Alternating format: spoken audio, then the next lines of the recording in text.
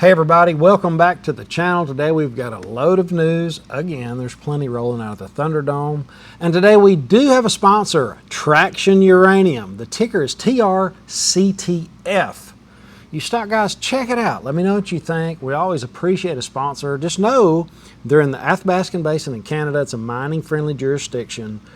Their market cap is about 30 million, 31 million Canadian. And the stock closed today at around 30 cents. So check them out. At the end of the video, I'm going to roll a clip of the company and you can check them out in depth and, you know, go through it. Uranium is part of our future.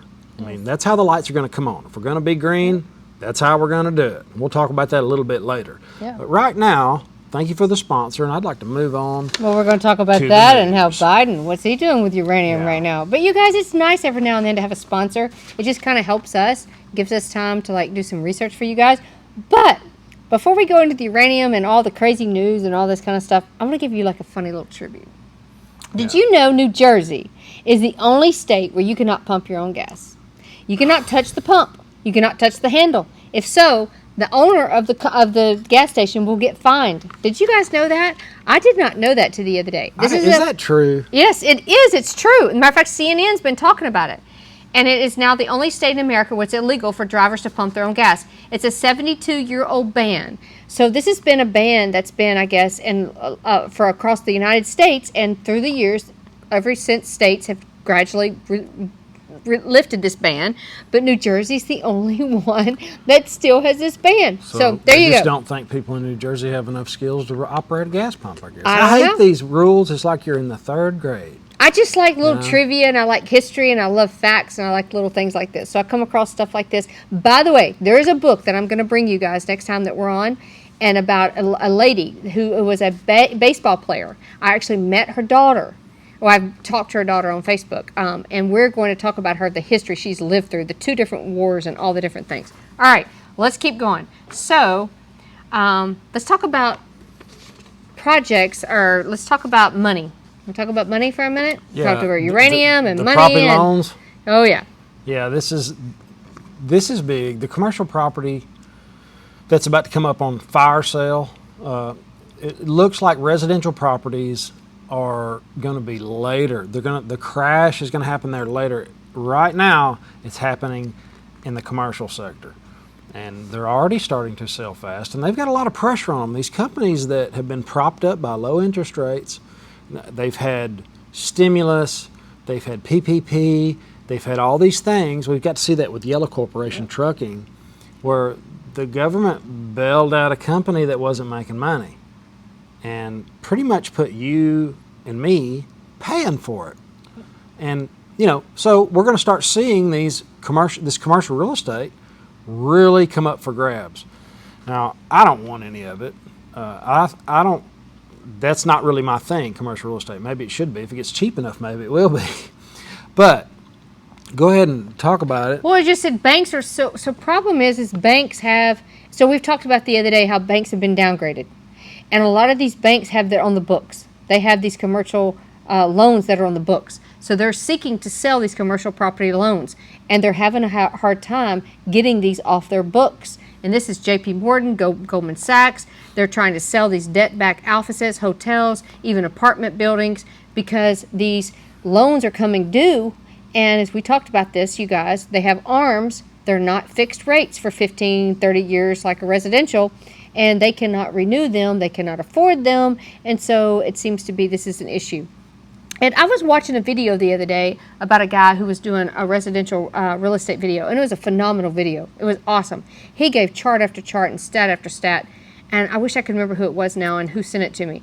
And it was accurate. He's right, based on the charts. He was pushing that real estate's not going down. Yes, and he's right. If you just look at the charts, you're absolutely right. We are different than we were in 2008.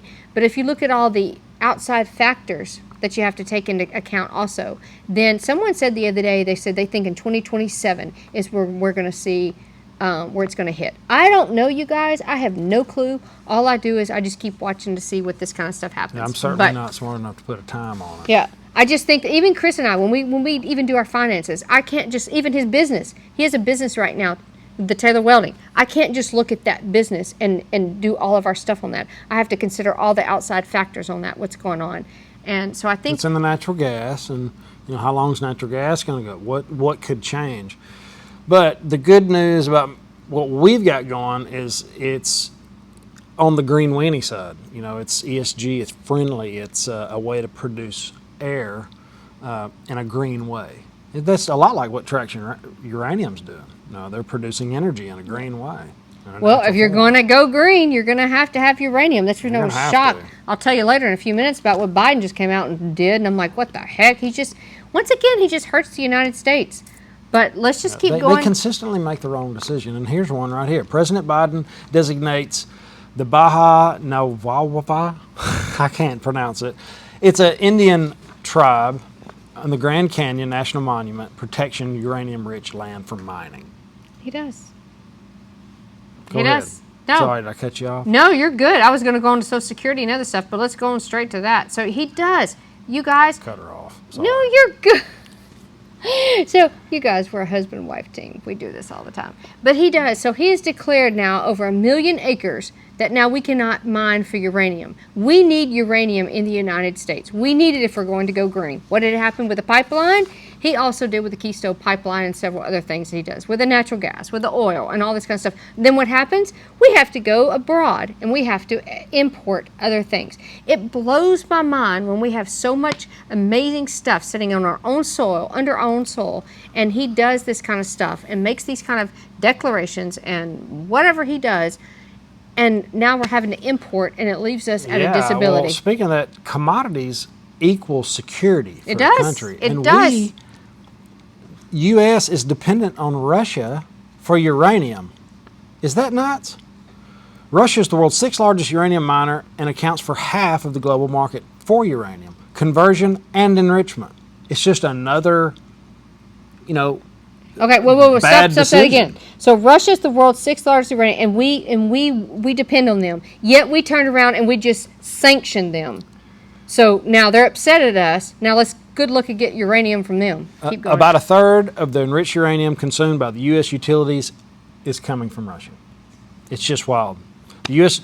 needs uranium for power generation and the green transition. And here we are over here in the United States. Biden has set aside 1 million acres of uranium-rich country that we can't do. But it's a good thing we got, a friendly mining jurisdiction in Canada right across the border. Then we get our uranium from there, we hope. So, anyway, keep going. No, I'm quoting. That's just consistent wrong decisions. It said preventing mining on almost 1 million acres of uranium-rich land. So we're setting on, and Chris and I have talked about this so many times, we're setting on so many natural resources within our own country. But then you look and you see how we import so many things, and that just even medicines and all this kind of things, and then we're sitting there going, oh my goodness, we don't have anything. Well, imagine that. Well, he just declared when he just does, and he brags on it. He said, quote, I mean, you guys, this is a joke. He says, my first week as president, I signed an executive order to establish our country's most ambitious conservative goal ever. I made a commitment that we will protect 30% of all of our nation's lands, waters, and whatever. You can see the article and go on. Well, the energy stakeholders argue that the decision hampers clean energy goals. Does it not? Impedes the administration's focus on clean energy. So how are we going to charge our electric cars? In Texas, they're asking you not to do your electric vehicles right now because the electrical grid doesn't worth what. Speaking of Texas, you guys know I was a professional welder for over 20 years. I used to work in Texas. Those are our neighbors. And the 2 power plants I used to work in the most are now gone. They don't make energy anymore. And now Texas is struggling to turn the lights on. That's where I think uranium steps in. I think later uranium's going to have these small facilities that produce a lot of power, tons of power, and that's going to be the system. Small, tight units. Remember, a peel about that big around and 30 inches tall can run a warship for 20 years. Tell about the guy that you met that was on the warship. A captain in the Navy that retired and he was telling me how wonderful it was. You know, a massive ship takes a ton of energy. It does. I mean, I can't imagine how much. And it can do that for 20 years on one little pill of uranium. It's the future of energy. I really do believe that. And, you know, it's clean. There's nothing going into the air. Steam. That's it. It's kind of a no-brainer. It is. It's finding the right company to invest in, and this is one of them that we're looking at. So tell a little bit about this company that actually reached out to us. Thank you for the sponsor, and tell them a little bit about them. Well, like I said before, they're in the Athabascan Basin. It has the highest grade uranium in the world, and you need to consider the team. Just my stock guys, go through it, check it out. Put what you think about the company in the comments, because I know you guys. I've got a lot of uranium bulls. You know, we're in the beginning of a commodities bull market, and uranium is starting to tick up just a little bit. And like I said, this company's a smaller company. It's only like 30 million Canadian. So there's a lot of potential in the small companies, both ways. But check them out. I'd like to roll you a clip of what you can expect from Traction Uranium. It's like the world is finally getting serious about tackling climate change. Countries and corporations have committed to spend billions electrifying fossil fuel dependent sectors. And as they do, the demand for electricity is poised to skyrocket. Wind and solar may play their part, but when it comes to clean, affordable, dependable, baseload power generation, nothing comes close to next-gen nuclear. Bill Gates, Warren Buffett, and many others are investing billions in the future of nuclear. The UK granted Rolls-Royce over $500 million to develop small modular reactors that can power 1 million homes each and be mass-produced. The U.S. Department of Energy has announced massive new funding, with over $1.4 billion to develop multiple next-gen reactors. And China alone is planning at least 150 new reactors in the next 15 years. But with all this new activity in the nuclear sector, the demand for uranium is already outstripping the supply, more than doubling in price in just the last 2 years. Welcome to Traction Uranium. Since the dawn of the nuclear age, one of the most prolific sources of uranium on Earth has been Canada's Athabasca Basin. Some of the highest grade uranium deposits ever discovered have been found in this unique geological formation. And that's where our 2 flagship uranium projects can be found. Our Hardy Bay claim is over 11,000 hectares and encompasses multiple 1 kilometer long Ice Age radioactive sandstone boulder dispersal fields historically containing up to 3% uranium, along with airborne geophysics showing strong electromagnetic conductors potentially from the boulder source itself. 300 kilometers south and just 50 kilometers west of one of the world's largest uranium deposits is our Lazy Edward Bay claim, encompassing over 1,800 hectares, with several intersecting shear zones. And most of the regional conductive trend is located within the claim area. Historic drilling on the property intersected several key samples that suggest there is a high potential for a near-surface, high-grade uranium discovery. And this renowned mining-friendly district has infrastructure and industry expertise that is second to none. If you would like to learn more about our projects and our experienced team, please visit tractionuranium.com. Over the last 70 years, nuclear power has proven itself to be one of the safest and least polluting forms of generating electricity. And the next generation of reactors being built today could be even better. Help develop the world's clean energy future with Traction Uranium.